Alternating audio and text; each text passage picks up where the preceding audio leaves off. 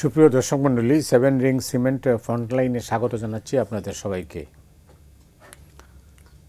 সায়ন্ত সাখাওয়াত রয়েছেন আমাদের সঙ্গে, শরীফুজ্জামান শরীফ, আপনাকে স্বাগত জানাচ্ছি। দর্শক মণ্ডলী, আপনারা দুজনের পরিচয় জানেন। সায়ন্ত সাখাওয়াত হচ্ছেন G9-এর সাধারণ সম্পাদক, আর শরীফুজ্জামান শরীফ সাবেক সভাপতি বাংলাদেশ ছাত্র ইউনিয়ন এবং রাজনৈতিক বিশ্লেষক। আপনাকে দিয়ে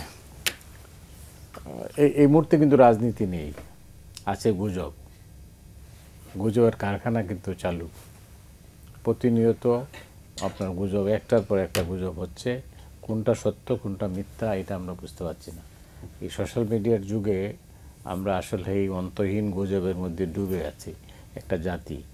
তো এই অবস্থায় কেন গুজব, কী অবস্থা, এটা তো আপনি জানেন। দুটো ঘটনা, বেগম খালেদা জিয়ার অসুস্থতা আর তারেক রহমানের দেশে ফেরা, এই দুইটা নিয়েই কিন্তু গুজব সবচেয়ে বেশি হচ্ছে। অন্য রাজনীতি মোটামুটি এখন এই মুহূর্তে নেই বললেই চলে, অ্যাক্টিভিটিসও নেই। আপনি তো কাছের থেকে নিবিড়ভাবে পর্যবেক্ষণ করেন, আপনার কি ভাবনায় কি? জি, আপনাকে ধন্যবাদ এবং আলোচনায় শরীফ ভাই আছেন এবং যারা শুনছেন সবার জন্য শুভেচ্ছা রইল। দুইটা গুজবের মধ্যে একটা গুজব, যেটা ম্যাডাম খালেদা জিয়ার চিকিৎসা সংক্রান্ত বিষয়, এটা একদমই অমানবিক। মানে এটা কোনো সুস্থ মানুষ এই গুজব ছড়াতেও পারে না, বিশ্বাস অবিশ্বাসও করতে পারে না। কারণ একজন মানুষ অসুস্থ, তিনি তার চিকিৎসা এবং তিনি কোন পর্যায়ে কিভাবে আছেন সেটা যতক্ষণ না তার চিকিৎসকরা এবং পরিবারও চিকিৎসকদের পরামর্শে না বলেন, ততক্ষণ পর্যন্ত এটা কারো বলার, জানার, চর্চা করার বা কোনো তথ্য আদান প্রদানের কোনো সুযোগ নেই। পৃথিবীর কোথাও এই অসভ্যতাটা হয় না যে একজন চিকিৎসকের অধীনে বা হসপিটালে একজন রোগী ভর্তি, তার কনফিডেন্সিয়ালিটি অন্য কেউ ব্রেক করতে পারে।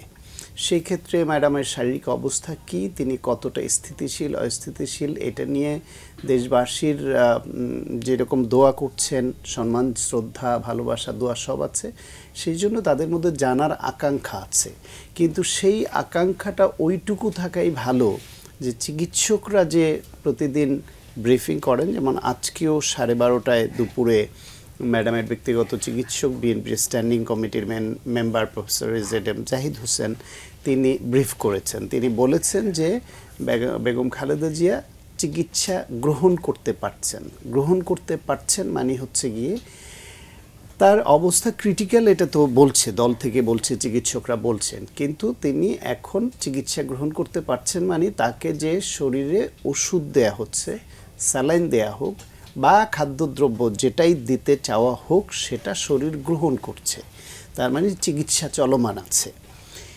এখন এইখান থেকে আল্লাহ তাকে আমাদের মাঝে ফিরিয়ে দেবেন নাকি নিয়ে যাবেন সেটা তো আমাদের কারো হাতে না। চিকিৎসকরা আপ্রাণ চেষ্টা করছেন এবং এর মধ্যে বিদেশি চিকিৎসক টিমও বা আসছেন তার চিকিৎসা। একজন চিকিৎসক হিসেবে আপনি কিভাবে দেখছেন বিষয়টাকে?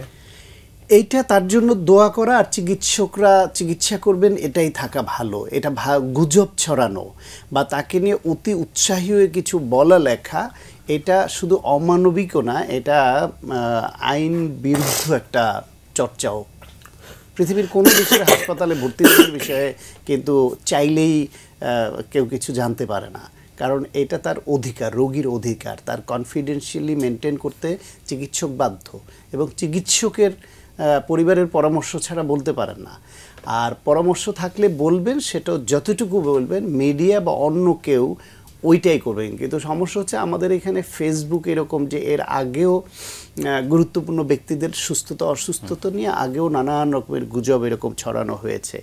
এইটা আমাদের এখানে একটা দুঃখজনকভাবে একটা ব্যাড প্র্যাকটিস, একটা ভালো কালচার না। আর দ্বিতীয় যেটা, বিএনপির অ্যাক্টিং চেয়ারম্যান তারেক রহমানের আসার ব্যাপারে, তার আসার ব্যাপারের এই বিষয়টা আলোচনায় বেশি আসছে বেসিক্যালি তার একটা ফেসবুকে স্ট্যাটাসের পর থেকে।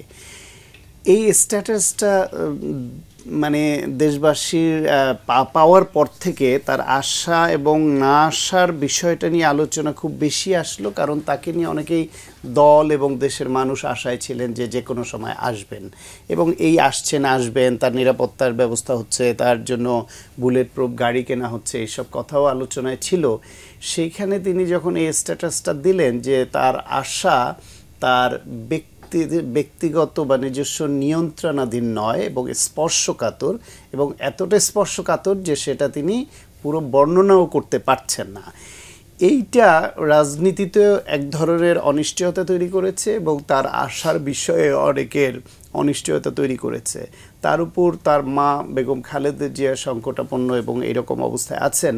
সুতরাং মায়ের যদি অবস্থা একটু উন্নত হয়, তাকে যদি লন্ডনে চিকিৎসার জন্য নেওয়া যায়, সেই পর্যায়ে আসেন, তাহলে তো এক ব্যবস্থা। আর যদি আল্লাহ সে সুযোগ না দেন, তাহলেও তো ওনাকে হয়তো আসতে হবে বা আসবেন।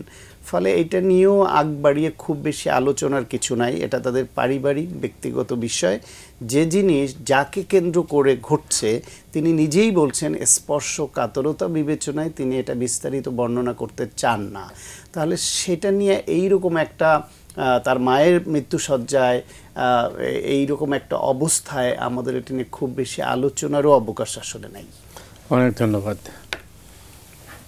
শরীফ ভাই। আপনি তো শুনলেন সায়ন্ত যেটা বললেন, এই যে পুরো বিষয়টাই একটা অন্যরকম অমানবিক বলছেন, এবং যেভাবে প্রচারণা চলছে প্রতি মুহূর্তে, এবং বিশ্বাস করতে পারবেন না, মনে হয় যেন অনেকবার ডাক্তার যারা, ডাক্তারদের তো একটা অবজারভেশন থাকে সবসময় বলে, কিন্তু ডাক্তারদের চাইতেও তারা মানে এমন ব্যবস্থা মনে হচ্ছে যে তারা নিজেরাই ট্রিটমেন্ট করছিলেন, ওইখানে ওই ঘরে ছিলেন, ওই বেডে ছিলেন, ওইখান থেকে খবরটা পাওয়ার পরে তরতাজা খবরটা দিয়ে দিচ্ছেন।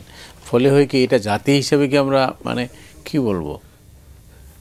আপনাকে ধন্যবাদ, দর্শক শ্রোতাদেরকে ধন্যবাদ, সায়ন্ত ভাইকে শুভেচ্ছা। আপনি যেখান থেকে শুরু করেছেন আমি ওই পয়েন্টটাই লিখে রেখেছিলাম। জাতিগতভাবে আমাদের মধ্যে অসহিষ্ণুতা,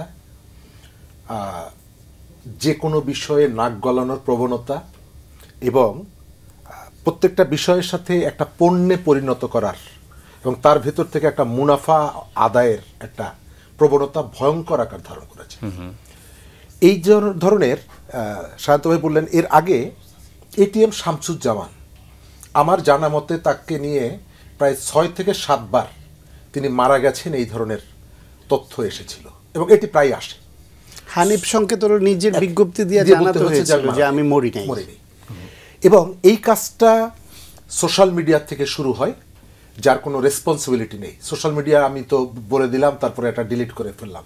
কিন্তু দুর্ভাগ্যজনক হলে সত্য যে এইটা মেইন স্ট্রিমের মিডিয়াকেও ক্রমশই আচ্ছন্ন করছে এবং তাদেরকে এই বাতাসটা তাদের উপরে লাগছে, এবং সোশ্যাল মিডিয়া দেখে এবং ধারণা করে যে আমি তো ওর থেকে পিছিয়ে গেলাম, আমার আগে যারা রিপোর্ট করেছে তারা তো আমার থেকে এগিয়ে গেল, সুতরাং আমাকে তথ্য না জেনেই সঙ্গে সঙ্গে একটা রিপোর্ট করে দেয়, বিশেষ করে ওই অনলাইন মিডিয়াগুলো।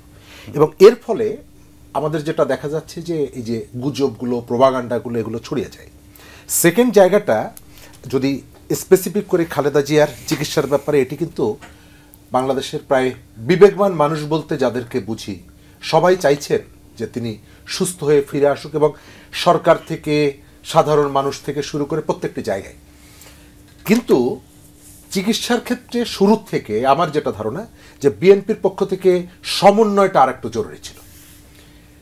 এখন এসে তারা যে দায়িত্বটা দিয়েছেন, প্রথম দিকে আমি এটি ইসেও বলেছি যে যুবদলের নেতা যাচ্ছেন, তিনি এসে একটা ব্রিফ করছেন, স্বেচ্ছাসেবক দলের নেতা যাচ্ছেন, তিনি এসে একটা ব্রিফ করছেন। যদিও এদের কেউই কিন্তু বেগম খালেদা জিয়া যেখানে চিকিৎসা নিচ্ছেন, আমার যেটা ধারণা, শান্ত ভাই ডাক্তার মানুষ, তারা বলতে পারবেন, সম্ভবত হাসপাতাল ওই পর্যন্ত যাওয়া অ্যালাউ করে না। না না না, ঠিক আছে। কিন্তু বেরিয়ে এসে আমি ধরেন যে একটা স্টেক নেওয়ার জন্য যে আমি গিয়েছিলাম, আমি জানি, আমার নিজের পলিটিক্যাল ক্যারিয়ারটাকে এইটাকে বিবেচনা করে এসে আমি একটা মিডিয়ার সামনে একটা ব্রিফ করলাম। আমরা কিন্তু কেউ কখনোই বলি না যে ভাই এই ব্যাপারটা আমরা জানি না। আমি যেটা জানি না এই তথ্যটা মানুষের কাছে জানানোটা মনে করি যে আমার একটা বিরাট পরাজয় হয়ে গেল। আমি এত বড় নেতা, আমি জানবো না কেন? আমি একটা ব্যাখ্যা দিচ্ছি, আরেকজন এসে একটা ব্যাখ্যা দিচ্ছে, এবং এক ধরনের স্ট্যান্ড বাজিও আমি দেখলাম। কালকে বিএনপি থেকে বহিষ্কৃত একজন নেতা তিনি হাসপাতালের সামনে এসে মিডিয়ার সামনে এক ধরনের খারাপ আচরণ এবং এর ভেতর থেকে মিডিয়ার মধ্যে চলে আসে। গতকালকে ঘটেছে, আপনারা অনেকেই হয়তো আমরা দেখেছি। গতকালকে যে সিদ্ধান্তটা এসেছে আমি মনে করি যেটা খুব পারফেক্ট। একেবারে ডাক্তার জাহিদ সাহেবকে তিনি চিকিৎসার সঙ্গে লন্ডনে যাওয়ার সাথেও সম্ভবত তিনি সাথে ছিলেন, সুতরাং পুরো ব্যাপারটা যেহেতু তিনি জানেন, তার জায়গা থেকে যে ব্রিফিংটা আসবে, মিডিয়া যদি ওই বিষয়টাকে তার বক্তব্যটাকেই চূড়ান্ত ধরে নেয় তাহলে এটা গুজবটা অনেকটা কন্ট্রোল করা যায়। মিডিয়াকেও তার নিজের জায়গায় এই খবরগুলো ছড়িয়ে পড়ে কিন্তু মিডিয়ার মাধ্যমে, সুতরাং তাকেও আর একটু দায়িত্বশীল হওয়া। শুধুমাত্র মানুষ যেটা পছন্দ করে আপনি তার পেছনে দৌড়াচ্ছেন তথ্য, তারপরে যখন দেখছেন যে অন্যান্য জায়গাগুলো ভুল তখন সাথে সাথে ওই নিউজটা ডিলিট করে ফেলা, কিন্তু তার জন্য সরি না বলা। সম্ভবত আমাদের দেশের মিডিয়া, মতি ভাই মিডিয়ার খুব সিনিয়র মানুষ, তারপরে সমালোচনাটা করি আর কি, আমাদের দেশের মিডিয়ার মতো এই ধরনের আচরণটা আর কেউ করে না। একটা নিউজ ইন্ডিয়া করে তারা যেটা আপনি একটা নিউজ দিয়ে দিলেন তারপরে দেখা গেল নিউজটা মিথ্যা, ভুয়া বা বিভ্রান্তিকর তথ্য, আস্তে ডিলিট করে ফেললাম। ওই যে নিউজটার জন্য যে সরি বলা, কিন্তু মেইনস্ট্রিম মিডিয়া কিন্তু মানে ভুল যে করে না তা না, কিন্তু আপনি যে বলছেন ঢালাওভাবে, না আমি ঢালাওভাবে বলছি না ভাই, কোথাও কোথাও যখন করে, আবার সবাই যে এই কাজটা করে তাও না, যারা করে তাদের অনেকের মধ্যে ওই ধরনের ওই অনুভূতিটা নেই। আস্তে করে দর্শক মনে হয়, পাঠক মনে হয় ভুলে গেছে, সুতরাং সাইড করে যাই। আমি ফোকাসটা করছি এই মুহূর্তে খালেদা জিয়ার যে শারীরিক অবস্থা, তার আরও ভালো ট্রিটমেন্ট এবং সম্ভবত এখন তাকে এখান থেকে বাইরে নিয়ে যাওয়া বা সেই চেষ্টাটা তার পরিবারের পক্ষ থেকে, দলের পক্ষ থেকে আছে এবং সেই অ্যাবিলিটিটাও আছে, কিন্তু নিশ্চয়ই এটি নির্ভর করে ডাক্তারদের পরামর্শের উপরে। এখানে নেতা, রাজনীতি তার থেকে গুরুত্বপূর্ণ হচ্ছে যে তিনি কতটুকু সহ্য করতে পারবেন বা তার চিকিৎসায় কি ধরনের ব্যবস্থা নেওয়া যাবে, পুরোটাই হচ্ছে চিকিৎসকদের। এখানে কোন নেতা বড়, কোন নেতা ছোট, তিনি গিয়ে কি বললেন এটা গুরুত্বপূর্ণ না। বেগম খালেদা জিয়ার চিকিৎসাকে কেন্দ্র করে তারেক রহমান সাহেবের দেশে আসা নিয়ে যে তর্কটা, আলোচনাটা হচ্ছে, আমি তারেক রহমানের যে শঙ্কার কথা বলেছেন আমি শতভাগ বিশ্বাস করি। এই কারণে বিশ্বাস করি, একজন সন্তান তার মায়ের অন্তিম মুহূর্ত বলি বা চূড়ান্তভাবে অসুস্থ সময়টা বলি, তিনি তার মায়ের কাছে আসবেন না, সেই ধরনের সম্পর্ক এদের মধ্যে না। মাত্র কয়েকদিন আগে আমার ওই দৃশ্যটা মানে বারবার ভেসে ওঠে, মা এবং সন্তানের সাক্ষাৎ হওয়ার পর যখন জড়িয়ে ধরছে মাকে সন্তান, সন্তানকে মা, তো সেই সন্তান তার সেই অ্যাবিলিটি আছে, তিনি আসবেন না, সামনে নির্বাচন। কিন্তু এখান থেকে একটা জিনিস দেখা যাচ্ছে, তিনি যে শঙ্কার কথাটা বলেছেন সেটিকে মিথ্যা অথবা অসত্য প্রমাণ করার একটা প্রবণতা আমি সরকারের দুই একজন ব্যক্তির ভেতর থেকে দেখছি। আজকেও স্বরাষ্ট্র উপদেষ্টা বলছে এই দেশের একজন মানুষেরও নিরাপত্তার কোনো সমস্যা নেই। তাহলে এই মানুষটা যে আসতে পারছে না মায়ের এই চূড়ান্ত মুহূর্তে, তাহলে উনি কি অসত্য তথ্য দিয়েছেন? না। আবার তিনি যেটি বলছেন এই দেশের মানুষের নিরাপত্তার কোনো সংকট নেই, এটা কি সত্য? এটাও সত্য। সুতরাং সরকারের জায়গায় যারা আছেন তাদেরও মনে হয় এই ধরনের একটা ক্রিটিক্যাল টাইমে রেসপন্সিবল আচরণটা করা উচিত, তাদের কথাবার্তা যেন কোনো ধরনের বিতর্ক তৈরি না হয় সেটি ভাবা উচিত, এবং সম্ভব হলে সরকার যদি পারে যে যেহেতু ইতিমধ্যেই কতগুলো ইনিশিয়েটিভ নিয়েছে, খালেদা জিয়াকে সম্মান জানানো, তার চিকিৎসার ব্যাপারে প্রধান উপদেষ্টা যাচ্ছেন, তারাও যেন স্পোক্সম্যান যদি তাদের দরকার হয় একজনকে যেন ঠিক করেন। প্রেসিডেন্ট এক কথা বলবে, অন্য মিনিস্টার এক কথা বলবে, এর ভিতর থেকে বিতর্কটা আরো বাড়ছে। অনেক ধন্যবাদ শান্ত। আমরা কবে দায়িত্বশীল হব? আমি যেহেতু আল্লাহ বিশ্বাস করি সেই জন্য ওই শেষ কথা ওইভাবেই বলে দিতে হবে, আল্লাহ যেদিন দায়িত্বশীল বানায়। আমাদের তো দায়িত্বশীল হওয়ার কোনো চেষ্টার লক্ষণও দেখছি না। কেন দেখছি না? আমাদের কোথাও একটা গলদ সাংঘাতিকভাবে ঢুকে গেছে। হয় জাতিগতভাবেই আমরা এরকম, অথবা আমাদের শিক্ষায় কোনো ত্রুটি আছে, আমাদের সামাজিক বন্ধনে কোনো ত্রুটি আছে, জেনেটিক কোনো সমস্যা আছে। তা না হলে এই যে অসুস্থ প্রতিযোগিতা এটা এতটা বাড়ছে কেন? বা এত আগেও ছিল। আপনার মনে আছে ঢাকার মেয়র, সাবেক মেয়র আনিসুল হকের মৃত্যুর খবর টেলিভিশন চ্যানেলগুলো কিন্তু স্ক্রলে দিয়ে দিয়েছিল মৃত্যুকে, পরে সেটা সরিয়ে নিতে হলো। এটুকু ধৈর্য মেইন স্ট্রিম মিডিয়ারও ছিল না, বা এখন অনেকে করছে। তবে এটা সত্য ঢালাওভাবে বলা ঠিক না যে এই গুজব টাইপের নিউজগুলো বেশি ছড়ায় অনলাইন এবং ভার্চুয়াল মিডিয়া, এইখান থেকে বেশি হয়। কিন্তু কখনো কখনো মেইন স্ট্রিম মিডিয়াও এই ফাঁদে পা দেয় বা এটা তারা করে ফেলে। আর মানুষ হিসেবে আমাদের মধ্যে বিভাজন খুব বেশি, এবং মৃত্যুর পরে মানুষকে অপদস্থ করার প্রবণতা আমার মনে হয় বাংলাদেশের মতো এত কোথাও আছে কিনা আমি জানি না। আমি সব দেশের এই কালচারের সঙ্গে তো পরিচিত না, কিন্তু চোখের সামনে বাংলাদেশকে দেখি তো, যে একজন মানুষ তিনি আমার চোখে খারাপ বা আপনার চোখে খারাপ, কিন্তু তারপরও তিনি মারা গেছেন। মারা যাওয়ার পর তাকে নিয়ে সমালোচনা করা যেতে পারে, তার কর্মময় জীবনের সমালোচনা, যে তিনি বেঁচে থাকতে এই কাজ না করলে ভালো করতেন। তাতে করে অন্যরা যারা বেঁচে আছি আমরা সতর্ক হব যে আমার মৃত্যুর পরও এমন একটা মূল্যায়ন হবে, সুতরাং আমি যেন ভালো কাজ করি। সুতরাং আমি ওই অর্থে সমালোচনা করা, তার কর্মময় জীবনের পজিটিভ নেগেটিভ বিশ্লেষণ করা, সেটা দোষের দেখি না, বরং আমি নিজেও সেটা করাটা সঙ্গত মনে করি। কিন্তু তাকে গালিগালাজ করা, তাকে অপদস্থ করে কথা বলা, তাকে অত্যন্ত সামাজিকভাবে হেয় করা, এমনকি এদেশে এমন ঘটনাও ঘটেছে যে ফাঁসি দিয়েছে, বিচারের নামে ফাঁসি দিয়েছে, ফাঁসির পরে তার লাশটাকে কবর দিতে দেওয়া হবে না, তার ফাঁসি দেওয়ার পরে লাশের উপর জুতা নিক্ষেপ করতে হবে, থুথু ফেলতে হবে, ঝাড়ু দিয়ে নিয়ে দাঁড়িয়ে ঝাড়ু নিক্ষেপ করতে হবে, এবং এটা দলগতভাবে রাজনৈতিকভাবে আওয়ামী লীগ সেটা করেছিল।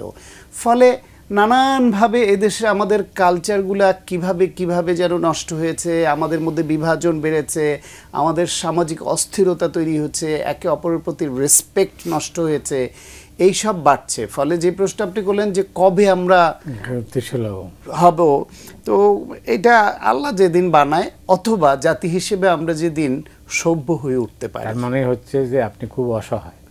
আমি অসহায় বোধ করি, কারণ হচ্ছে একটা জাতি সভ্য হয় কিসের মাধ্যমে? শিক্ষা। আমাদের এখানে শিক্ষা ব্যবস্থা সভ্য করার শিক্ষা দিচ্ছে না বলে আমার মনে হয়। সামাজিকভাবে বা পারিবারিকভাবে যে সভ্য হয়ে গড়ে ওঠা, সেটা আমাদের স্ট্রাকচারের কারণে সব জায়গায় নাই, প্লাস সেটা একটু ক্ষয়িষ্ণু, অবক্ষয় হচ্ছে। আপনি নর্মালি দেখবেন যে অনেক সময় আমাদের ছোটবেলায়, আপনার কথাও বলছি না, আমার জেনারেশন থেকে বলছি, আমাদের ছোটবেলায় দেখলাম একটা মহল্লার পাশ দিয়ে ছেলেরা, দুষ্টু ছেলেরা সিগারেট খেলো, মুরব্বীরা যেতে দেখলে লুকিয়ে ফেলতো অথবা চলে যেত। এখন সেটা আপনি খুব কম দেখবেন। নিজের মহল্লার মেয়েদেরকে কেউ টিজ করে যাবে এসে, সেটা ওই মহল্লার ছেলেরা সহ্য করবে, এটা করতো না। এখন নিজেরাই পারলে আগ বাড়াইয়া করে। বাসে বা ট্রেনে, যে কোনো জায়গায়, বিশেষ করে বাসে, পাবলিক বাসে একজন নারী বা বয়স্ক লোক উঠলে যিনি বসে থাকতেন, উঠে তিনি জায়গা ছেড়ে দিতেন সম্মানের সঙ্গে। এখন বলে নারীদেরও টিজ করে, হ্যাঁ সমান অধিকার, তো আগে আসলে বসতো উনি, ছাড়বে না। বয়স্কদেরকেও ওইভাবে মনে হয় ওইদিকে তাকায়ও না, যে তাকালে যদি আবার ছাড়তে হয়। ফলে এই যে আমাদের যে সামাজিক এবং পারিবারিক শিক্ষা যেটা, সেটার অবক্ষয়, প্রাতিষ্ঠানিক শিক্ষা অবক্ষয়। আমরা একবার কর্মমুখী শিক্ষায় যাই, নৈতিক শিক্ষা বাদ দেই, না আমরা নীতিবান হয়ে উঠতে পারি, না আমরা ওই যে কর্মমুখী বা কারিগরিতেও এক্সপার্ট হয়ে উঠতে পারি। আমরা ধর্মের দিকে, ধর্ম আমাদের সহনশীলতা শেখায়, নৈতিকতা শেখায়। ধর্মের দিকে এমন বেশভাবে এটাকে পোলারাইজ করা হয় যে ধর্ম এক্সট্রিম করে ফেলা হচ্ছে। ধর্মকে, ধর্মের বাণীকে এক্সট্রিমিজমের মতো করে এমনভাবে প্রচার করা হচ্ছে যে ধর্মের পথে নাই বা ধর্মকে একটু কটাক্ষ করলো, ভুল করে হোক, সেটার জন্য রাষ্ট্রীয় আইন আছে, কিন্তু তারে গিয়ে পিটাইতে হবে, তাকে গিয়ে মারতে হবে, তাকে খুন করতে হবে, এমনকি মানুষের মরা লাশ পর্যন্ত, মানে মৃতদেহ পর্যন্ত কবর থেকে তুলে পোড়াতে হবে। ফলে নানান দিক থেকে ধর্ম আমাদের এখানে চর্চা হয়, যে সেই ধর্মচর্চাটাও আমাদের যে উদ্দেশ্যে ধর্ম, যে মানবিকতার প্রচার এবং ধারণ করা, মানুষের কল্যাণ সেই চিন্তা করা, ইহকাল এবং পরকালের ভালো চিন্তা করে সহনশীল আচরণ করা, অহমিকা না করা, সবই তোগুলো আমাদের ধর্ম শেখায়। সেই ধর্মীয় লেবাস নিয়ে চলছে, তারাও করছে না অনেকে, আর যারা চলছে না তারাও করছে না। ফলে সব মিলিয়ে আপনি এখানে যে বিষয়গুলো আমাদের নৈতিকতা শেখাবে, তার কোনো উপাদানের মধ্যে আমি খুব বেশি আশাবাদী হবার মতো কিছু দেখছেন। ইউরোপিয়ান অনেক কান্ট্রিতে যেখানে ধরেন ধর্ম মানেও না, পালনও করে না, অথচ সেখান থেকে জেল তুলে দিতে হচ্ছে। কেন তুলে দিতে হচ্ছে? অপরাধী পাচ্ছে না, শুধু শুধু জেল পুষে লাভ কি? তার মানে তাদের শিক্ষার মাধ্যমে নৈতিকতা তারা অর্জন করে তারা আইনের পথে থেকে প্র্যাকটিস করছে। ভালো করুক, ওইটা করছে। যেখানে ধর্ম মানে যারা, তারা ধর্মের মাধ্যমে করুক, কেউ আইনের মাধ্যমে করুক, কেউ সামাজিক প্র্যাকটিসের মাধ্যমে করুক, পারিবারিক শিক্ষা থেকে করুক, প্রাতিষ্ঠানিক শিক্ষার মধ্যে উপাদান বাড়ানো হোক। আর একটা দিক হচ্ছে এইসব নিয়ে মতবে কোনো গবেষণা দেখেন আপনি যে জাতিগতভাবে আমাদের এই অবক্ষয়ের পেছনে প্রধান ভূমিকা কোন কোন বিষয়গুলো রাখছে এবং কোন কোন বিষয়ে যে আমাদের জোর দেওয়া দরকার। রাষ্ট্র পরিচালকদের তো গাইডলাইন করা যায়, তাদের সাজেশন দেওয়া যায় যে শিক্ষা ব্যবস্থায় এগুলো আনা দরকার, প্রতিষ্ঠানগুলোকে এমন করা দরকার। কিন্তু আপনি অবক্ষয় আমরা দেখছি, কিন্তু আপনার এখানে ইনডেপথ এরকম কোনো গবেষণাও পাবেন না যে বাংলাদেশের সমাজবিজ্ঞানী পরিচয় দিয়ে কতজনকে কথা বলতে দেখি। সমাজবিজ্ঞানীদের কাজ কি? এই সমাজের এইসব বিষয় নিয়ে তো ইনডেপথ গবেষণা করা, পলিসি মেক করা, সেই পলিসি তৈরি করে তার সুপারিশগুলা যারা রাষ্ট্র পরিচালনার দায়িত্বে বা এই রাষ্ট্র পরিবর্তনের কাজে যারা নিয়োজিত তাদেরকে দেওয়া। তারা কতটুকু গ্রহণ করবেন এটা পরের ইস্যু, কিন্তু এই দেওয়াটাও হচ্ছে না। ফলে সব কিছু মিলিয়ে আপনি বললেন যে আমি অসহায় বোধ করছি, আসলে খুব সহায় বোধ করার বা আশাবাদী হওয়ার মতো পরিস্থিতিও তো দেখছি না। অনেক ধন্যবাদ। সায়ন্ত আসলে যেটা বলছেন যে সামাজিক অবক্ষয়, নৈতিকতা, আমাদের শিক্ষা ব্যবস্থা আর আমাদের সার্বিক অর্থে এই যে সোশ্যাল মিডিয়া কী ভূমিকা রাখছে এটার উপরে কিন্তু একটা কথা বলছেন। কিন্তু আমরা এখন যা দেখি, চারদিকে যা দেখছি, সোশ্যাল মিডিয়াতে সবই খারাপ হয় তা না, কিছু ভালো খবরও পাওয়া যায় অনেক সময়, যেটা মেইন স্ট্রিম মিডিয়া দিতে পারে না বা দেয় না বা নানা কারণ থাকে। কিন্তু ওই যেটা দিনের শেষে সোশ্যাল মিডিয়া মধ্যে একটা অস্থিরতা এবং তীব্র প্রতিযোগিতা আছে, যেটার মধ্যে যদি একটা শব্দ যোগ করেন অসুস্থ। আপনি কীভাবে দেখেন? ধন্যবাদ। সোশ্যাল মিডিয়ার পজিটিভ অনেক ইম্প্যাক্ট আছে আমাদের সোসাইটিতে, গ্রহণযোগ্যতা আছে, স্বল্প সময়ের মধ্যে তথ্যগুলো যায়, এগুলো সত্য।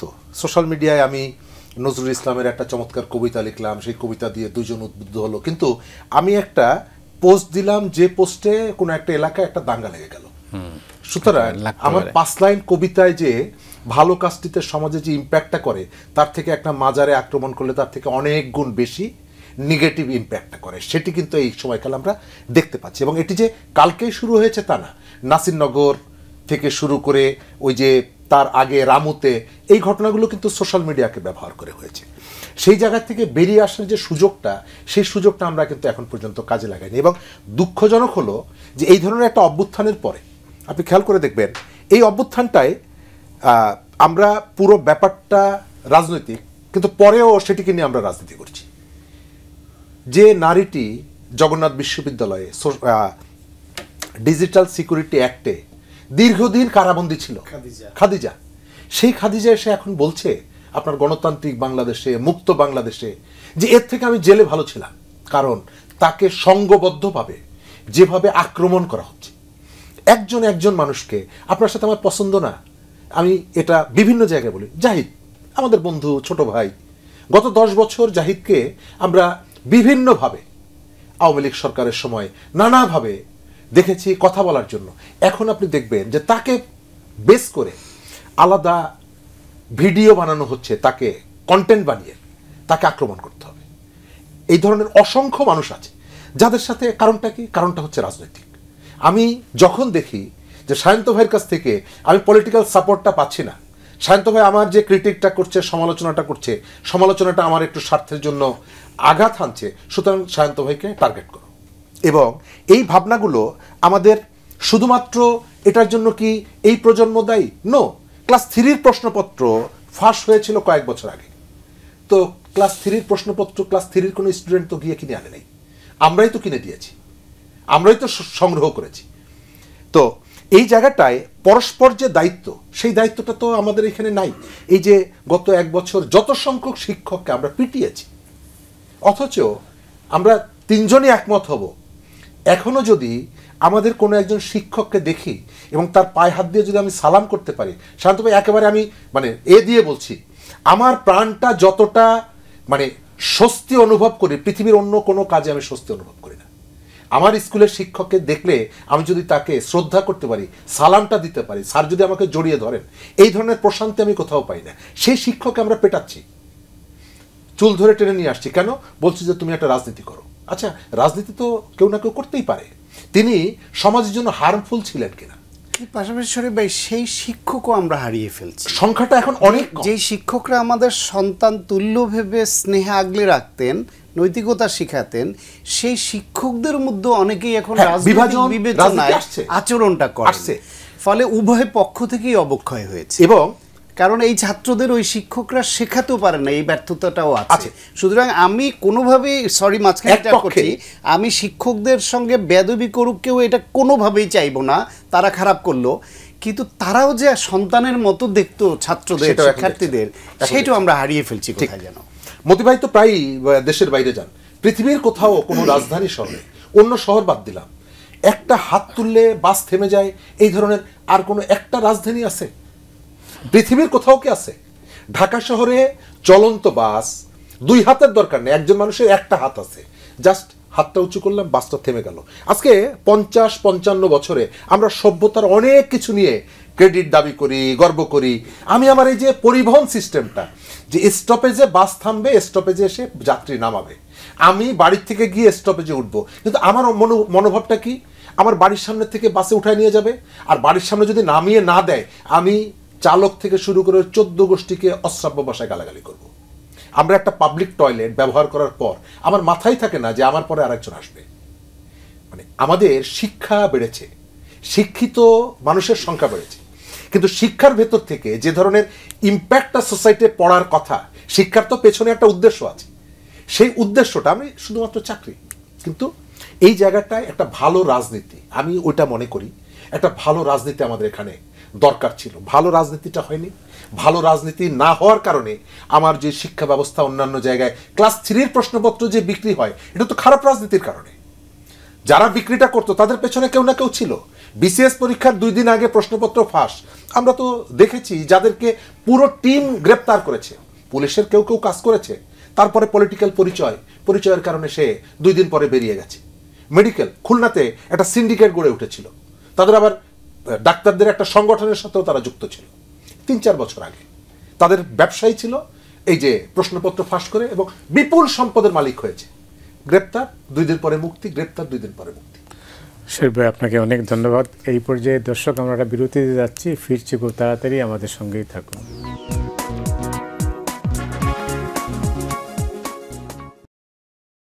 সুপ্রিয় দর্শক মণ্ডলী, আপনারা দেখছেন 7 রিং সিমেন্ট ফ্রন্টলাইন। আমাদের সঙ্গে রয়েছেন সায়ন্ত, সাকাওয়াত এবং শরীফুজ্জামান শরীফ। যেটা আমি একটা বাংলা নাটকে অনেক আগে একটা বিখ্যাত স্লোগান ছিল, এবার থামলে ভালো লাগে। তা আমরা থামবো কবে? থামার কোনো লক্ষণ তো নাই। তাই আপনারা দেখেন না, টক শো তো আমাদের কথা বলতে দিলে আমরা থামতে চাই না, আপনাদের জোর করে থামাতে হয়, এবং আপনারা থামালেও বিরক্ত হয়ে বলি যে কথা বলতে দিচ্ছেন না, হ্যাঁ ওকে বেশি টাইম দিয়েছেন আমার থেকে। আমরা কোনো কিছুতেই আমাদের থামার কোনো লক্ষণ নাই। সেটা এই থামতে চাই না বা থামার লক্ষণ নাই, এটা যদি ভালো কাজে হতো তাহলে সেটা এগিয়ে যেত, দেশ জাতি এগিয়ে যেত। কিন্তু এই যে একে অপরের বিরুদ্ধে হিংসা বিদ্বেষ ছড়ানো, অন্যের যে আমার শত্রু, সেই শত্রুকে তার খারাপ কাজ দিয়ে তাকে এক্সপোজ করতে হবে, বা শত্রু না হোক, খারাপ লোকদের খারাপ কাজ এক্সপোজ করতে হবে, কিন্তু তাই বলে সেই এক্সপোজ করারও তো একটা নৈতিক ভিত্তি থাকা দরকার, সেটারও একটা নর্মস থাকে। একজন মানুষকে আপনি অপদস্থ, এটা কি অবাধ স্বাধীনতার একটা সুফল না কুফল? না, অবাধ স্বাধীনতার সুফল কুফল এটা না। বাংলাদেশে কিসের অবাধ স্বাধীনতা আছে? বাংলাদেশে যারা যখন ক্ষমতা এনজয় করে, তারা এই অন্যায়ভাবে এই স্বাধীনতাটা গ্রহণ করে। অবাধ স্বাধীনতা মানে তো এই না যে আপনি অন্যকে ছোট করবেন বা অন্যকে অপদস্থ করবেন। তা আমি যদি আজকে শরীফ ভাইকে অবাধ স্বাধীনতার সুযোগে, আমার হাতে একটা টিভি চ্যানেল আছে, আমি অপদস্থ করতে থাকি, শরীফ ভাইও তো আরেকটা মাধ্যম ব্যবহার করে আমার অপদস্থ করবে, এটাকে অবাধ স্বাধীনতা বলে না। অবাধ স্বাধীনতা হচ্ছে ওইটাই যে আপনি আপনার কথা, আমি আমার কথা, আমার কাজ আমরা বলবো অন্যের ক্ষতি না করে বা অন্যের স্বাধীনতা বিঘ্নিত না করে। এবং এই বোধটা যে আমি মনে করছি এটা বলা আমার স্বাধীনতা, কিন্তু এই বলাটা তার স্বাধীনতা বা আপনার স্বাধীনতাকে কতখানি বিপদগ্রস্ত করে তুলছে সেটা আমি পারি কিনা, এই বোধটাই তো আমার নাই। শুধু বলবো আমি এই স্বাধীনতা আমি ভোগ করব, তাহলে তো এককেন্দ্রিক আমারটাই আমি ভাবলাম। এখন প্রত্যেকেই যদি যে যার জায়গা থেকে ভেবে এরকমই মনে করি যে হ্যাঁ এটা বলার স্বাধীনতা আমার আছে, এটা করার স্বাধীনতা আমার আছে, আমার আপনি এআই ব্যবহার করে কারো আপনার অগ্রহণযোগ্য অশ্লীল ছবি বানিয়ে আপনি ছেড়ে দিলেন, আপনি সেটা করলেন, আবার আরেকজনে বললো হ্যাঁ ও এটা করেছে সুতরাং আমারও ওটা দেওয়ার স্বাধীনতা আমার আছে। এটাকে তো স্বাধীনতা বলে না। যে প্রথম যে করলো সে আইনানুগভাবে একটা অপরাধ করলো, তার বিচারের মুখোমুখি হওয়ার কথা। আমি তাকে বিচারের মুখোমুখি করতে না করে অথবা করতে না পেরে আমি পাল্টা ওই তার মতো আর একটা কাজ করে দিচ্ছি যে হ্যাঁ ও করেছে তাহলে এটা আমার স্বাধীনতা। এটাকে তো স্বাধীনতা বলে না।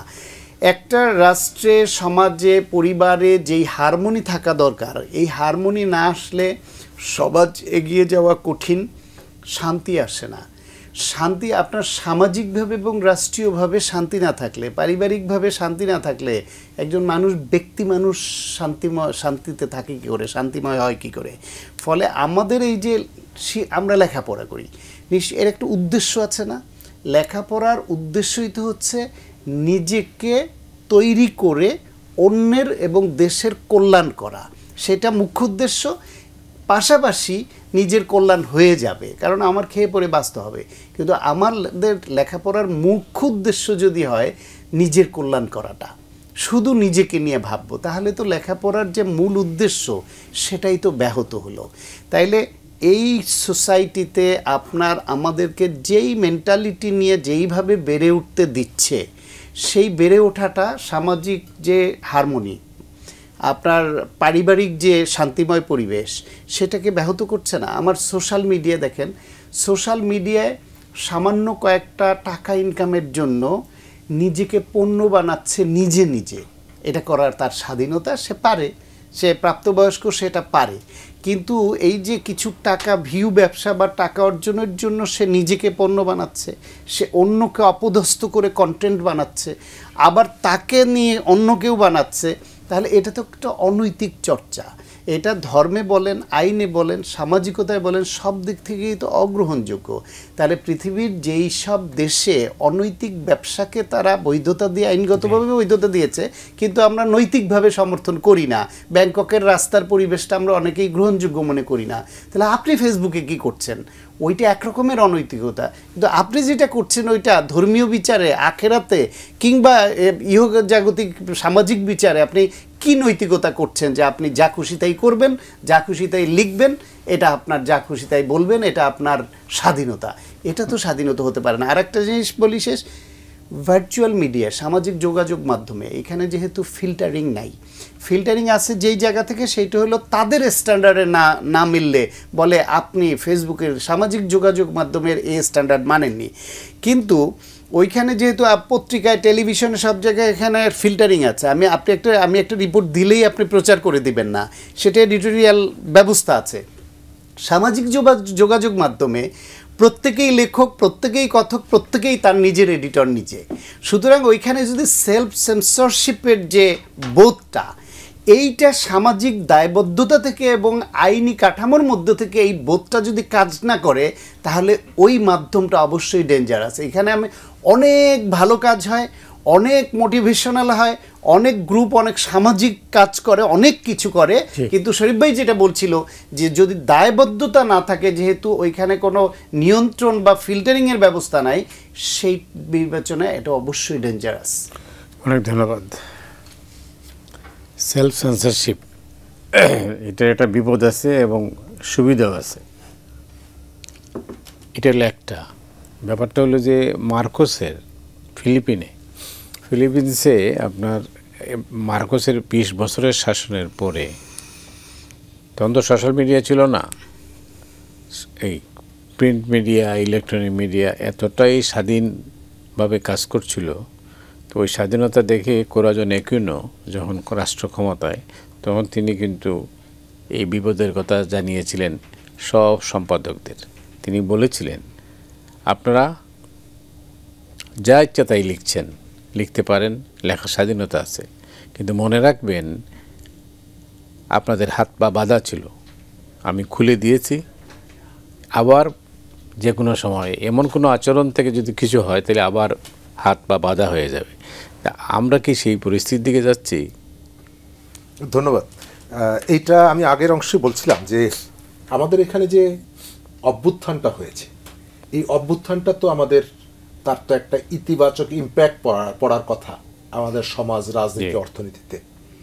আমাদের গণমাধ্যম এক ধরনের পরিবেশের ভেতর থেকে 1.5 দশক কাজ করতে হয়েছে তাকে।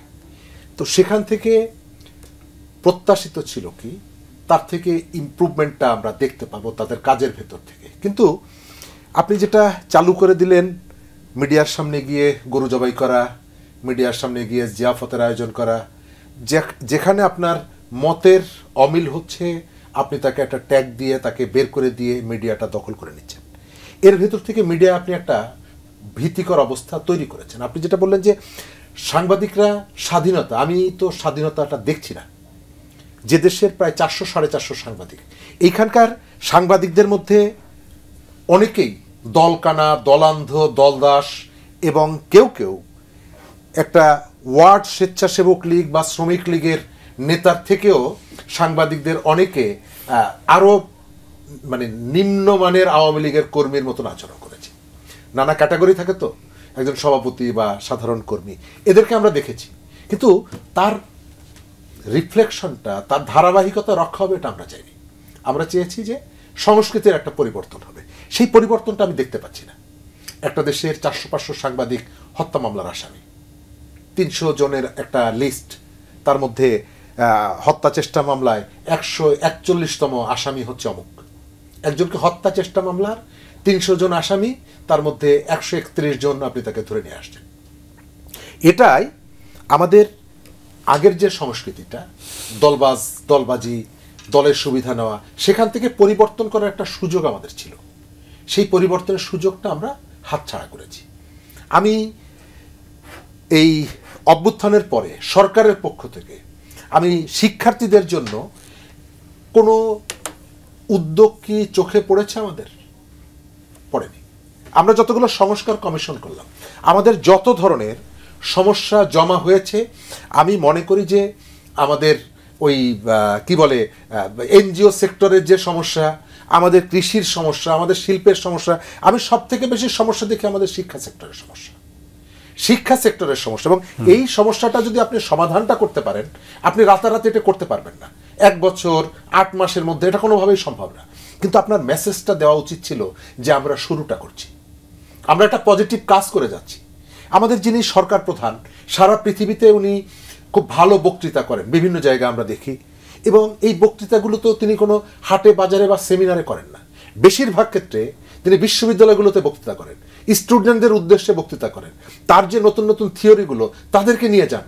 আচ্ছা, আমাদের গত 1 বছরে শিক্ষার্থীদের উদ্দেশ্যে আমরা প্রধান উপদেষ্টার কোনো বক্তব্য কি শুনেছি? শুধু শিক্ষার্থীদেরকে নিয়ে না। তাহলে আমার যে প্রত্যাশার জায়গা, যারা সব থেকে গুরুত্বপূর্ণ ভূমিকাটা নিল, আপনি বিশ্ববিদ্যালয়গুলোতে ছাত্র সংসদ নির্বাচন দেওয়া মানেই আপনি এখানে গুণগত পরিবর্তন হয়ে গেল তা না। হলের ক্যান্টিনে এটি ওই ফিল্টার স্থাপন করলেন মানেই ঢাকা বিশ্ববিদ্যালয়ের একাডেমিক কারিকুলাম চেঞ্জ হয়ে যায়নি, তার শিক্ষার মান হয়নি। বিশ্ববিদ্যালয় নিয়োগের ক্ষেত্রে অনেকগুলো জায়গা আছে যে জায়গাগুলোতে আমাদের শুরু করা দরকার ছিল, কিন্তু আমি এখন পর্যন্ত দেখলাম না কোনো একটা জায়গা দিয়ে সরকার এতটা গুরুত্বহীন কেন রাখলো আমাদের শিক্ষা ব্যবস্থাটাকে, যেটা সব থেকে আশা ছিল তাদের উপরে। এবং বিশ্ববিদ্যালয়ের শিক্ষকদের একটা বড় অংশ এই সরকারের ক্যাবিনেটে আছে, তো তাদের কাছ থেকে আমরা আশা করব না, আশা করব কোনো পলিটিক্যাল গভর্নমেন্টের কাছে। এই যে সুযোগটা আপনার হাতছাড়া হলো, এই সুযোগটা আপনি আর শীঘ্রই পাবেন বলে আমার মনে হয় না। আবার যদি না পাই তাহলে সরকারের কি কোনো ভূমিকা আছে এখানে, বা করণীয় আছে কিছু? এই সংবাদ মাধ্যম, সামাজিক যোগাযোগ মাধ্যম, না, সরকারের করণীয় তাৎক্ষণিকভাবে খুব বেশি আসলে উচিত না, কারণ সরকারকে যদি আবার আমরা ইনভাইট করি, এটা সেই যে আপনি হাত বেঁধে ফেলবে। আবার আমরা হাত বাঁধা ছিল, আমরা মুক্ত হতে চেয়েছিলাম, একটা হঠাৎ পরিবর্তন, কিছু নর্মসের বাইরে অনেকে চলে যাচ্ছে। সরকারের ভূমিকা হচ্ছে তাদের তরফ থেকে বারবার এটা প্রচার চালানো, অ্যাকচুয়ালি কি হওয়া উচিত, আইডিয়ালি কি করা উচিত, কোথায় কোথায় ব্যত্যয় ঘটছে সেটা তাদেরকে বারবার বলতে হবে, বারবার আহ্বান জানাতে হবে, এবং সংবাদ মাধ্যম যারা পরিচালনা করেন তাদের সঙ্গে বারবার বসতে হবে, সামাজিক যোগাযোগ মাধ্যম বিষয়ে তাদের গাইডলাইন তৈরি করতে হবে, ব্যাপক প্রচারণায় নামতে হবে। এইভাবে মোটিভেশনাল কিংবা কেউ অপরাধ করলে তাকে আইনের আওতায় আনা, এবং এটা যে সঠিকভাবে হচ্ছে, এটা যে রাজনৈতিক কারণে হচ্ছে না বা প্রতিপক্ষ হয়রানির নামে হচ্ছে না, সেটাকে তাদের ভিজিবল করতে হবে। এইভাবে এটা সরকার করতে পারে। কিন্তু যদি আবার এই সুযোগে আবার তারা যদি মনে করে যে তাদের পক্ষে বললেই সেটা ভালো, বিপক্ষে বললেই এই সুযোগে হাত বেঁধে ফেলতে হবে, এটা তো হলো সুস্থ সমালোচনার ক্ষেত্রে। কিন্তু এখন যেটা আপনি বললেন, যেভাবে এখন যাচ্ছে তাতে তো মানে তখন তো আর কোনো প্রাইভেসি বলতে আর কিছু থাকবে না। যে অসুস্থ কাজ কারবারগুলো ভার্চুয়াল মিডিয়া, অনলাইন এবং মিডিয়ায় অনেক সময় হচ্ছে, এইটা তাৎক্ষণিকভাবে বন্ধ করার আসলে কোনো উপায় নাই। তাৎক্ষণিকভাবে বন্ধ করতে হলে আপনার তো পুরো ব্যবস্থাই বন্ধ করে দিতে হবে, সেই সুযোগে ফেসবুকে বন্ধ হয়ে যাবে, সেটা তো সম্ভব না। আমরা সবাই যদি দায়িত্বশীল হয়ে যাই, দায়িত্বশীল তো একদিনে হয়ে যাবে না মতি ভাই। এটা সেই জন্যই আমাদের ওই যে বললাম যে সরকারের পক্ষ থেকে, সরকারের বিভিন্ন প্রতিষ্ঠান আছে এবং মিডিয়া যারা পরিচালনা করেন তাদের সঙ্গে বারবার বসতে হবে, কথা বলতে হবে, এটাকে প্রচারে আনতে হবে, মানুষকে সামাজিক যোগাযোগ মাধ্যমে সে যাতে সামাজিক থাকে, অসামাজিক না হয়ে পড়ে, সেই গাইডলাইনটা এদের মাথায় ঢুকাতে হবে, বলতে হবে।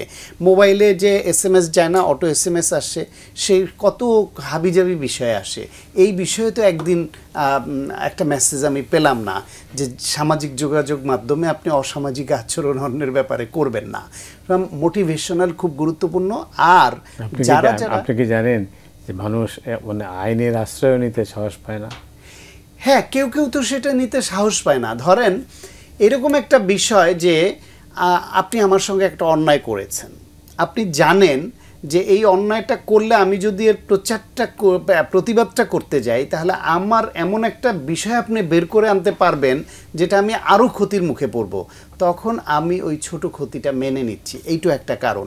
মানুষ সাহস পাচ্ছে না যে যদি সে সত্যিকার অর্থে সৎ হয়, তার কোনো দুর্বলতা না থাকে, তাহলে উচিত তার সে ক্ষতিগ্রস্ত হলে অবশ্যই তাকে আইনের আশ্রয় নেওয়া এবং প্রকাশ্যে দাঁড়ানো।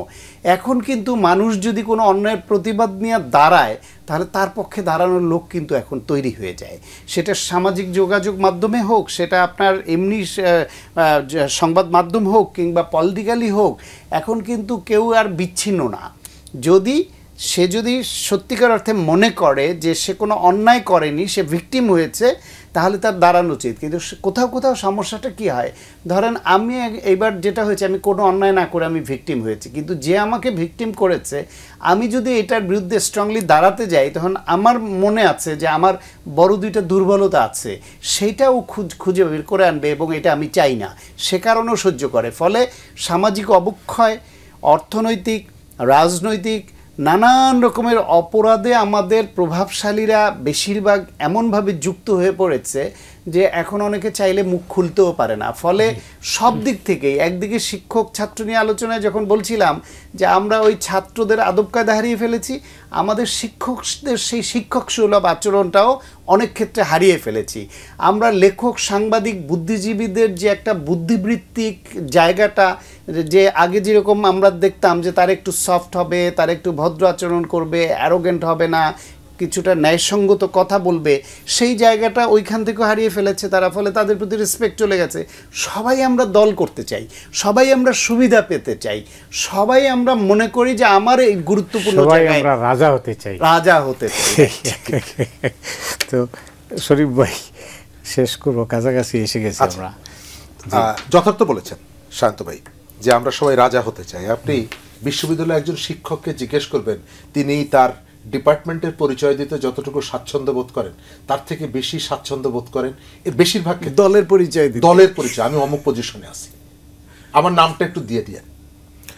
এইখানে রাজা এবং প্রজার একটা সভ্য সমাজ গড়ার ক্ষেত্রে উভয়ের ভূমিকা আছে, কিন্তু রাজার ভূমিকাটা বেশি।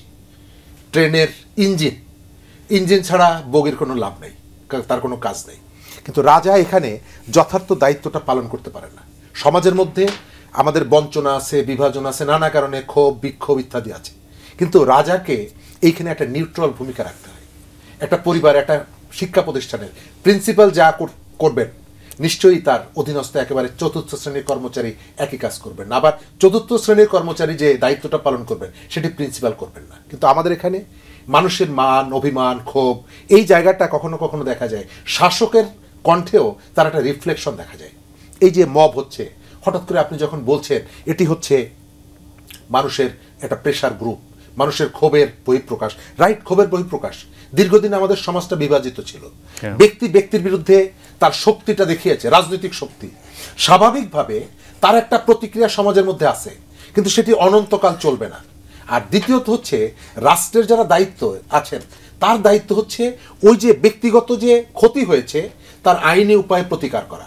আপনি ক্ষতিগ্রস্ত হয়েছে আপনার দ্বারা, আমি যখন সুযোগ পেয়েছি তার মানে আপনার মাথার উপর একটা বাড়ি দেব, রাষ্ট্র এসে বলবে যে এক সময় ক্ষতিগ্রস্ত হয়েছিল। না, রাষ্ট্র হচ্ছে ওই যে আমার যে অন্যায়টা আইনের মধ্য দিয়ে বিচার করবে, কিন্তু এখন এখানে সেটা হচ্ছে না। অনেক অনেক ধন্যবাদ। এই অসমাপ্ত রেখেই শেষ করতে হচ্ছে। অনেক ধন্যবাদ। ধন্যবাদ সায়ন্ত আপনাকেও। ধন্যবাদ আপনাকে। দর্শক মণ্ডলী, আজ এ পর্যন্তই। আপনারা সবাই ভালো থাকুন।